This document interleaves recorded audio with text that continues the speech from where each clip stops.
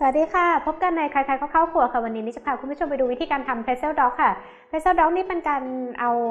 เพรสเซลนะคะมาพันกับไส้กรอกนะคะจะเป็นไส้กรอกอะไรก็ได้ค่ะที่ชอบค่ะมาดูวิธีการทำเพรสเซลด็อกกันค่ะก่อนอื่นนะคะน้ำเปล่านะคะเราใส่ยีสต์กับน้ำตาลลงไปค่ะแล้วก็คนให้เข้ากันนะคะพอให้ยีสต์ละลายค่ะน้ำตาลละลายแล้วเดี๋ยวเรามาทำส่วนแห้งกันค่ะส่วนแห้งนะคะก็จะมีแป้งค่ะแล้วก็อันนี้เป็นเกลือนะคะกับเนยละลายค่ะแล้วเราก็ใส่ส่วนน้ำเข้าไปเลยนะคะ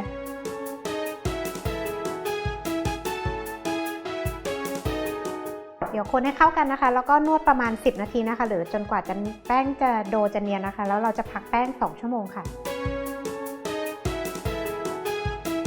นี่เรานวดแป้งไปสักพักหนึ่งนะคะเดี๋ยวเราจะพักแป้งไว้2 ชั่วโมงค่ะแล้วเดี๋ยวเรามาปั้นเป็น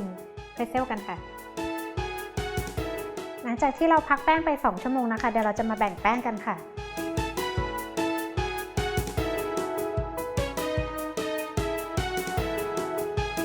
แบ่งแป้งเป็นก้อนแล้วแต่ที่เราขนาดไส้กรอกที่เราเตรียมไว้แล้วกันนะคะอันนี้น่าจะได้ถึง20 อัน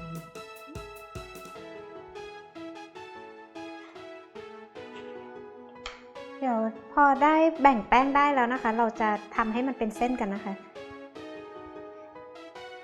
ครึ่งจากตรงกลางออกไปนะคะให้มันยาวๆได้เส้นยาวแบบนี้แล้วเดี๋ยวมาพันไส้กรอกกันค่ะเสร็จแล้วเราก็พันแป้งไปกับไส้กรอกของเรานะคะเดี๋ยวเราจะเอา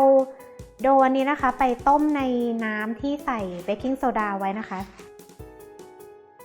เดี๋ยวเราใส่เบกกิ้งโซดาลงไปในน้ำที่เราเตรียมไว้นะคะแล้วก็เอาเพรสเซลลงไปลวกประมาณ30 วินาทีค่ะลวกเสร็จเอาเข้าถาดอบนะคะเดี๋ยวเราจะทาไข่ก่อนแล้วเข้าอบกันค่ะ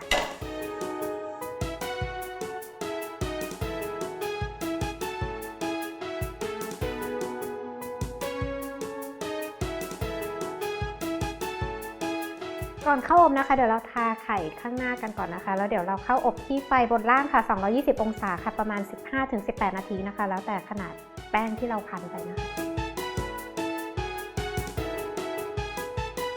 เสร็จแล้วเดี๋ยวเราเข้าอบกันค่ะเสร็จเรียบร้อยแล้วค่ะเพรสเซลด็อกของเรานะคะทำได้ง่ายๆรวดเร็วค่ะสำหรับงานปาร์ตี้ที่โรงเรียนลูกหรือว่าของว่างยามบ่ายของที่บ้านเราก็ได้นะคะไปดูสูตรกันได้ที่ foodtower.tv ค่ะพบกันใหม่คราวหน้ากับขนมปังโฮมเมดแฮนด์เมดใครๆก็เข้าครัวกับนี้ค่ะสวัสดีค่ะ